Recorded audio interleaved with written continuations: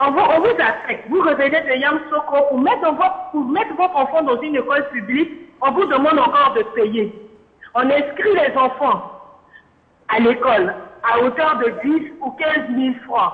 On dit que c'est le projet qui demande qu'on paye les 10 ou les 15 000 francs. Et quand on s'assoit à la télévision et que ce monsieur nous dit que le gouvernement s'est désengagé, je suis désolée. Donc, que le gouvernement donne l'autorisation au projet de recruter des institutrices. Parce que dans la ville où je suis, dans l'école où mes enfants vont à l'école, je suis désolée, ce matin, ils n'ont pas eu cours parce que la maîtresse ne se sent pas bien. Ma fille, je la dépose au jardin d'enfants publics. Elle ne peut même pas aller à l'école, il n'y a pas de suivi. Je suis obligée de les enlever dans l'école publique qui est proche de ma maison pour les emmener dans une école privée. Quel est le rôle du COJES? Merci. Il nous explique un peu. Merci beaucoup. Merci bien de choses à ceux qui nous suivent depuis la commune de Dabou. Alors, je voudrais encore tranquilliser les téléspectateurs et nos amis qui sont sur le plateau. À ce jour, nos interventions ne sont nullement pas allées dans le sens du désengagement de l'État. Je suis en train de décrire la situation qui se présente et je n'ai pas encore posé la problématique de fonctionnement des comités de gestion. Madame dit des choses, il y a un certain nombre d'amalgames dans la maîtresse qui est malade, qui n'est pas venue, quel est le rôle des COJES, elle a payé 15 000 francs. Je ne suis pas venu dire que ces levées de cotisation-là sont des cotisations qui sont des cotisations normales. Je vais leur dire le cadre normal de levée de cotisation au sein des bureaux COJES. Mais nous sommes interpellés partout pour des problèmes de comportement, d'intérêt des individus. Je pense que je suis sur ce plateau pour dire réellement le rôle du COJES, qu'ils prennent le temps de m'écouter, parce que j'étais en train de démontrer l'effort que le gouvernement fait, et il y a des choses sur lesquelles, eh bien, il va falloir que les enseignants, les parents d'élèves prennent des engagements, ou des bureaux COJES prennent des engagements. En effet, la question de cotisation, je le répète, c'est bien inscrit qu'il existe au sein des établissements cette structure qu'on appelle COJES qui est capable d'opérer des levées de cotisation exceptionnelles. Mais si une cotisation exceptionnelle se répète chaque année, ce n'est plus une exception. Alors, il y a des choses sur lesquelles je voulais apporter des précisions. Une exception, c'est pour régler un problème exceptionnel. Bon, donc, cet après-midi, nous sommes avec vous et nous sommes en train de dire aux téléspectateurs que nous comprenons leurs préoccupations et d'ailleurs, c'est les raisons pour lesquelles je suis venu ici. J'ai présenté le cadre et je crois que je n'ai pas dit non plus qu'il faut aller à l'Assemblée nationale réveiller tout le monde, mais je reviens là-dessus pour dire qu'il y a un cadre réglementaire que nous devons tous nous conformer. Président du bureau COJES, président des assemblées des COJES. Tout à l'heure, quand j'ai fait les étalages, j'ai montré qu'il y a les élus locaux. Dans le cadre de nos textes, les élus locaux assurent la présidence des assemblées des COJES. Mais nous savons qu'il y a des COJES qui fonctionnent sans cette assemblée. Est-ce que vous comprenez? Et ça, je suis venu ici attirer l'attention des téléspectateurs. Cette assemblée, dans une commune, les écoles qui sont dans la commune, le président de l'assemblée des COJES, c'est le maire. À la rentrée, impérativement, il est fait obligation au bureau COJES, aux inspecteurs d'enseignement préscolaire et primaire, aux chefs d'établissement, parce que c'est en tant que vice-président de l'assemblée des COJES, le chef d'établissement, le directeur de l'école, le proviseur qui occupe cette fonction, eh bien, qu'on convoque l'assemblée générale des COJES où les parents d'élèves qui sont éligibles au sein de ces assemblées viennent siéger pour participer au débat sur les problèmes qui se posent à l'école. On n'a pas dit que l'État a démissionné, qu'il ne peut pas jouer son rôle. L'État joue tellement son rôle, je dirais même suffisamment son rôle. Par le passé, ces 20 dernières années, ce sont les communautés, ce sont les parents d'élèves qui construisent les salles de classe. Aujourd'hui, c'est environ près de 22 000, 30 000 salles de classe qui sont réalisées dans le cadre du programme présidentiel. Mais l'État continue de faire son travail. Mais ce n'est pas toujours suffisant. La demande est tellement forte que certains parents, devant, je dirais même l'impatience, vont jusqu'à réaliser les salles de classe. Ce n'est pas le rôle du bureau exécutif de construire des salles de classe.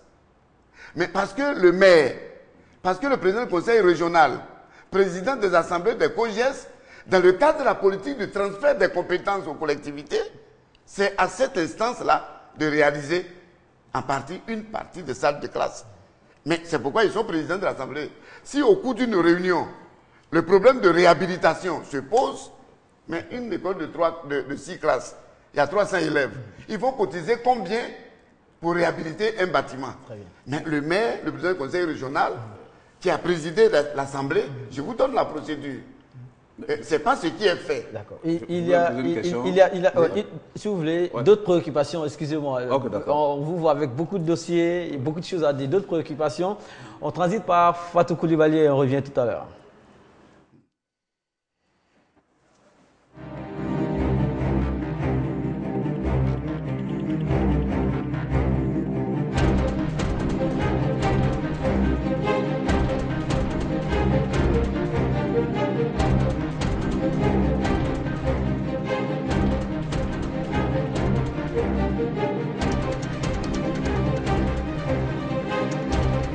On garde le contact. Lundi, un mois après la rentrée scolaire 2014-2015, jetons ensemble un regard sur les relations parents d'élèves COGES. Je ne vois vraiment pas l'importance de ce mouvement-là. Mardi, relations parents d'élèves COGES. Je t'aime, moi non plus. On dit de payer fascicule, mais l'État a mis des livres à notre disposition. Ces livres ne nous servent même pas, on demande fascicule, fascicule, on fait quoi avec fascicule? Mercredi, promotion d'œuvres artistiques en Afrique. Créer le buzz, fait-il réellement décoller? Deuxième partie. Créer le buzz aujourd'hui est un grand moyen aussi pour se faire connaître. Réagissez en direct. On garde le contact sur RTI2. Vous avez enfin la parole. COGES, c'est le structure qui est bien placé pour connaître le problème des parents d'élèves comme les élèves. Mais on leur demande de travailler sérieusement. S'ils travaillent, ils n'ont qu'à savoir qu'ils sont là pour arranger, ils ne sont pas là pour gâter. Je trouve que COGES vraiment une fatigue les parents d'élèves. Quand tu arrives, souvent on te dit, moi, après l'inscription, on dit, bon voilà ce que tu dois payer de COGES, tant. Tu n'as même pas encore fini de faire l'inscription. On te réclame que voilà, les COGES, c'est tant. Maintenant, tu n'as même pas encore acheté les fournitures de tes enfants. Souvent même quand les enfants même arrivent à l'école comme ça et puis on te dit non, ton papa n'a pas payé COGES, on te met au dehors. Tant que tu n'as pas payé COGES, tu n'as pas droit à venir à l'école, tout ça là. Nous on trouve que ça là, c'est pas normal. Les gars chassent nos enfants, ils n'arrivent même pas à fréquenter. Et on ne sait même pas l'argent là, ça va où. Du premier jusqu'à l'infini de l'école, il y a toujours le problème de COGES. Actuellement, j'ai un problème avec COGES dit de payer 5 000. Mais il y a mes deux enfants. Il y a un de 5 000 et il y a un de 3 000. Je lui demande, on dit si je n'ai pas payé, ils vont chasser mon enfant. Le COGES, c'est vrai, c'est une bonne manière d'envoyer un comité dans chaque truc, mais c'est pas évident de faire cotiser les parents d'élèves parce qu'à chaque fois, il faut faire tant ci, il faut réparer la toiture de l'école, il faut faire tant, on doit péter machette. On fait cotiser tout le monde. Ça fait que ça fatigue les élèves. D'autres ne peuvent même pas étudier parce qu'on les renvoie à cause de 2 000, 3 000. C'est pas normal. J'aimerais qu'on supprime carrément le COGES. Monsieur Traoré Tassoubré, il va s'ajouter à la liste. Monsieur Traoré. Traoré, on vous prend quelques secondes, bon, une quarantaine de secondes. Hein. Traoré, bonjour. Bonjour, monsieur. Monsieur Tassoubré, on vous écoute alors. Vous avez une préoccupation, une question ou une remarque à faire? Oui, tout à fait. Voilà, je voudrais revenir d'abord sur ce qui avait été dit hier, parce que moi-même j'ai été président de projet. Voilà, j'ai été président de projet. Je pense que, comme le disait M. Kwame, nous-mêmes, parents, nous faisons trop d'amalgame. Parce que lorsqu'il est question de venir décider des problèmes de l'école, on ne voit aucun parent. Et lorsque la minorité décide pour la majorité, ça crée problème. Donc ça, c'est d'abord le premier problème. Le deuxième problème, il y a une confusion entre le projet, c'est-à-dire il y a des amalgames aussi qu'on fait au niveau du projet et l'administration. Depuis, il y a cette notion de projet, aucune administration de lycée ou de collège ne participe à quoi que ce soit. Toute la responsabilité incombe aux parents. Voilà. Que ça soit quelque chose qu'on fait, les budgets de l'État ne sont pas gérés correctement. Donc il faut qu'il y ait des contrôles. Troisième point, je souhaiterais pour la noble mission que M. Fadjo Kwame a l'honneur de diriger, de mener des enquêtes de moralité sur tous ceux qui prétendent être présidents de projet. Parce que ça ne peut pas être une quête noire pour certains individus, peut-être égarés dans la vie, qui pensent que c'est par là ils vont passer pour assurer leur salle de temps. Il faudrait que ça soit clair aussi. Moi j'ai écrit pendant 2 ans, président de projet, il y a des choses que je ne vais pas toucher parce que je suis à la tête. Qu'est-ce qui s'est passé? Ceux qui viennent pour bien faire rencontrent des gens qui doivent mettre les bâtons dans les roues. Voilà, donc je voudrais encourager M. Fadjo Kwame. On est arrivé à une tendance où, je prends l'exemple simple, quand on inscrit un enfant dans le privé, met de l'argent, mais sur les cotisations, hier vous parliez, là, les 6 000 qu'on paye, là, chaque projet se reçoit environ 1 800 ou 1 700 par élève. C'est-à-dire que c'est un bien public. Donc il faut que les deniers publics soient bien gérés. Il faut que M. Fadjo Kwame fasse de telle sorte que les experts comptables ou la comptabilité soit suivie de façon correcte.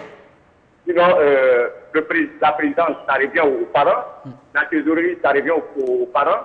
Mais lorsque les parents veulent poser de bons actes, nos frères qui sont appelés à éduquer nos enfants, les montrent contre les parents. État étranger dans l'école, vous faites quoi? Lorsque les gens montrent les enfants pour mener des grèves contre les parents vont faire quoi? Merci Traoré, on vous a saisi, merci beaucoup. L'ambition est bonne, est noble. Peut-être que par moment on peut avoir affaire à des brebis galeuses qui font des vagues. Et c'est ça qui est à décrier et c'est ça qui est vraiment la face visible de l'affaire aujourd'hui. Or, selon ce qu'on entend et qu'on voit, vraiment, il y a du travail qui est abattu de la part du COGES. Alors, Monsieur Assa Julien, voilà, président du COGES, le Pougon. Les brebis galeuses, nous en avons partout, dans toutes les corporations. Ok. Alors, j'ai écouté Bachirou. Bachirou a raison. Saradogo, Fofana et Zadi, je crois qu'ils ne vont même pas ils ne viennent pas. Avec le dos de la cuillère. Oui, non. Quand on les convoque pour une réunion au niveau du COGES, ils ne vont pas. Parce que quand tu tiens ce langage-là, ça veut dire que toi, tu ne fais même pas de réunion de COGES. C'est-à-dire que tu es un peu comme M. Seina qui, lui, refuse même de faire, d'assister aux réunions. Tout à l'heure, j'ai écouté M. Ismaël Diop, qui parle de subventions de l'État. Mais Ismaël Diop... C'est pas moi qui l'ai dit. Hein. Écoute-moi. C'est dans les tests mais je vais te dire, je suis devant toi. En dehors des fonds que vous je vais te dire. Voilà, j'aimerais savoir. Donc, tu vas savoir, je vais te dire. Celui qui a été mordu par le serpent, et puis celui qui sait que le serpent mord, là, les deux n'ont pas les mêmes explications de la morsure du serpent. Donc, moi, je vais te dire. Clarifier l'image, alors. Voilà. Ça fait 2 ans. Presque 2 ans que je suis président de COGES. À Niangon, terminus 1 et 2. 2 grandes écoles. C'est le primaire. Tu comprends? On n'a rien reçu comme subvention de l'État. Je te donne l'information. Et donc, quand on fait une levée de cotisation qui se lève à 3 000, si nous avons 500 élèves, ça nous fait 1 500 000. Pendant ce temps, l'établissement est en état de délabrement très avancé. Aujourd'hui, je viens, écoute-moi, allons doucement. Allons doucement. C'est moi qui parle, après tu vas parler. Non, c'est moi qui parle. Non, moi j'aimerais déjà qu'on soit clair là-dessus. Au COGES, il y a le conseil régional, il y a les mairies, c'est-à-dire le développement des collectivités décentralisées. Ça, c'est des démonstrations, théoriques. Moi, je suis en train de parler de... Si, le conseil régional est créé pour développer la région. Je te donne les informations. Tu refuses de prendre ces informations-là. Pourtant, tu en as besoin. Tu en as besoin. Toi, tu as besoin d'informations. Moi, je te donne les informations. On a compris. Ok. Le maire ne participe pas. Moi, je te dis.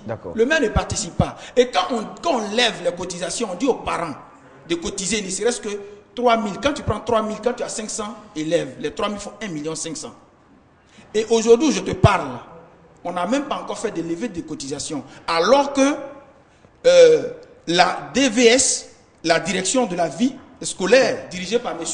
Efim Mbra, nous demande de créer des dispositifs de lavage de mains dans les écoles par rapport à l'Ebola. On trouve cet argent-là où? Donc, association exceptionnelle. Point d'interrogation. Cet argent, on trouve ça où? Et puis concernant les livres aussi. Allons-y, parce que j'ai écouté la dame qui a dit que l'école est gratuite. Mais je vais vous dire, attendez, je vais vous dire, du CP1 au CM2, voilà, du CP1 au CM2, non, au CM2 on donne les livres, mais du CP1 au CM1, on ne donne pas de livres. Les kits là, c'est les cahiers qui sont dedans. D'accord, c'est bien noté. Mais faut dire les choses aux gens. Oui, au téléphone. C'est les cahiers qui sont dedans, il n'y a pas de livres. Non, allez-y, après le téléphone alors. Bonjour, bienvenue sur On Garde le Contact. C'est une téléspectatrice. On va nous redonner son identité.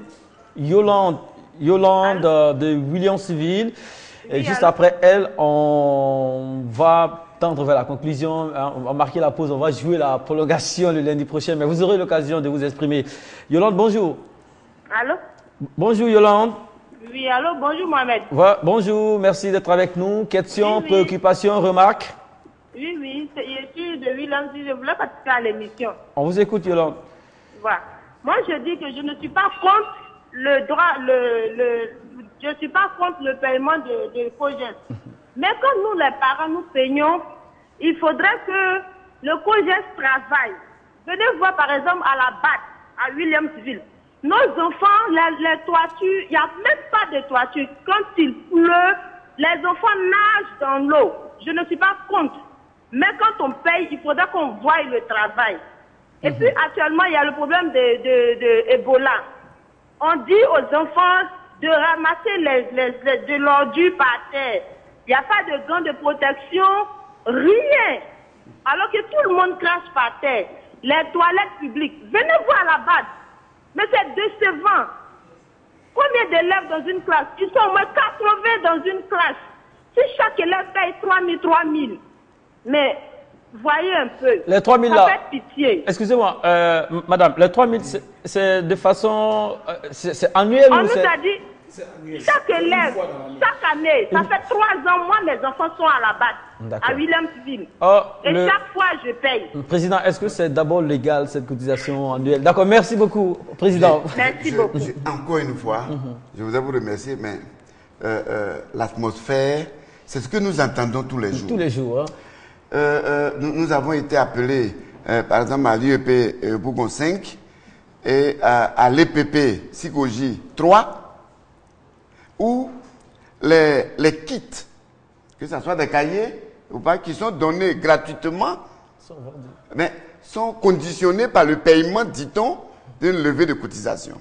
C'est pourquoi je vous dis une seule chose. Par rapport au... Ça, c'est pas notre niveau. Non, mais par rapport aux préoccupations... ça déjà. Non, c'est même pas bon, nous c'est pas ce qu'on a dit. Et deuxièmement, il a dit, M. Efimbra, mais Ebola, c'est vous savez, l'école est une petite société. Hein? Ce qu'on voit dans la société rejaillit immédiatement. Mais c'est toute la nation entière qui se mobilise pour lutter contre l'Ebola, hein, qui fort heureusement n'est pas encore arrivé ici. Une situation exceptionnelle, comme vous le dites. Donc, nous-mêmes, nous avons indiqué dans nos cahiers de charges à l'attention des COJES de prévoir des dispositifs qui permettent aux enfants qui viennent là d'éviter Ebola si Ebola arrive. Le faire en lieu et place, hein, et au nom des enfants, ce n'est pas du tout une charge de l'État. C'est une responsabilité qui est partagée. Il faut que lorsque nous sommes en train donc de poser les problèmes, je souhaite que le temps soit donné pour que on vous dise comment un COJES normal fonctionne.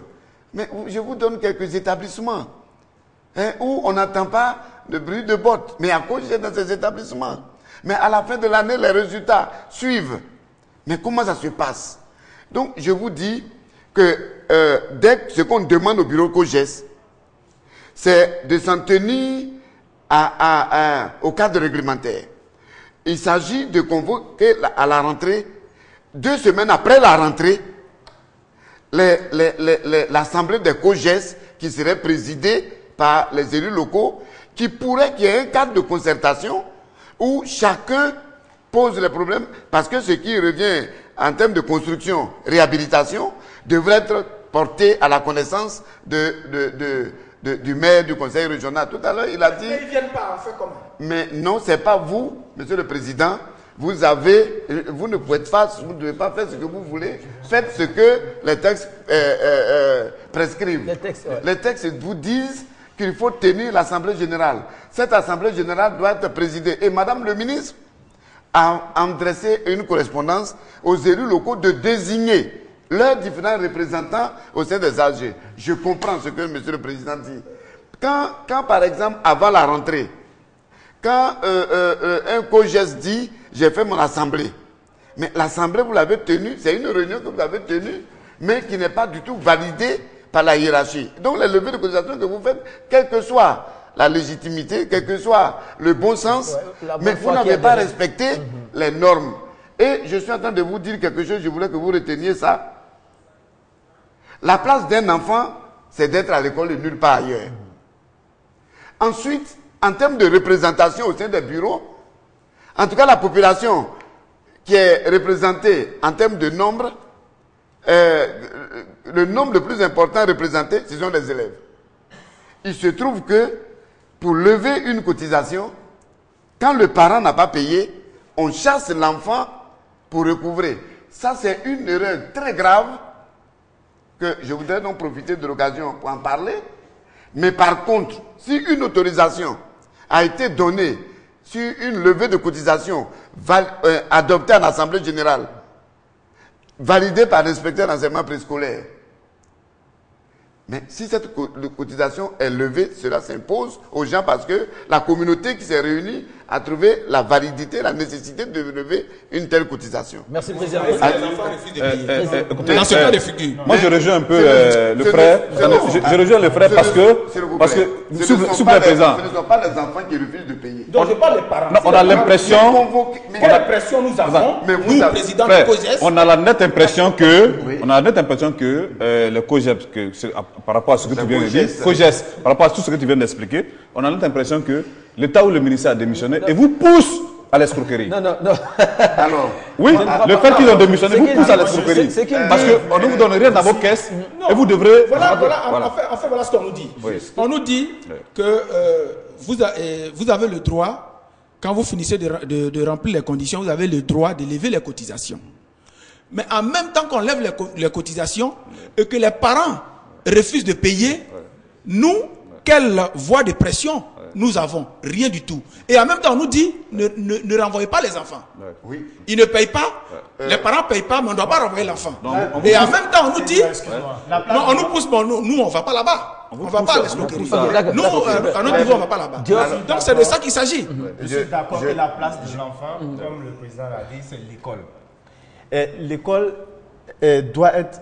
L'Afrique est en retard parce que notre niveau d'éducation, on a une population d'analphabètes. Aujourd'hui, tout le monde se bat pour que l'école soit une obligation. Et si l'école est obligatoire, ça veut dire qu'on doit créer les conditions pour que ça soit accessible. Et les cotisations que vous levez, ce n'est même pas une cotisation standard, uniforme. Il y a des endroits, hier j'avais une liste de fournitures où une école de Trècheville où le COJES demandait 12 500 francs à un parent. Ce que le président n'approuve pas forcément là. Oui, je suis d'accord. Ça veut dire qu'il y a un problème de gestion des COJES. On parle de collectivités locales, le conseil régional et la mairie. Ok, le conseil régional et la mairie, ils font des budgets annuels. Est-ce que les comités de COJES dans les régions ont déposé une demande au conseil régional? Parce que ça fait partie des développements dans une région. Est-ce qu'on demande au conseil régional de participer à la rénovation des écoles? Ils peuvent dégager un budget. L'autre chose, nous, n'allons pas continuer à cotiser pour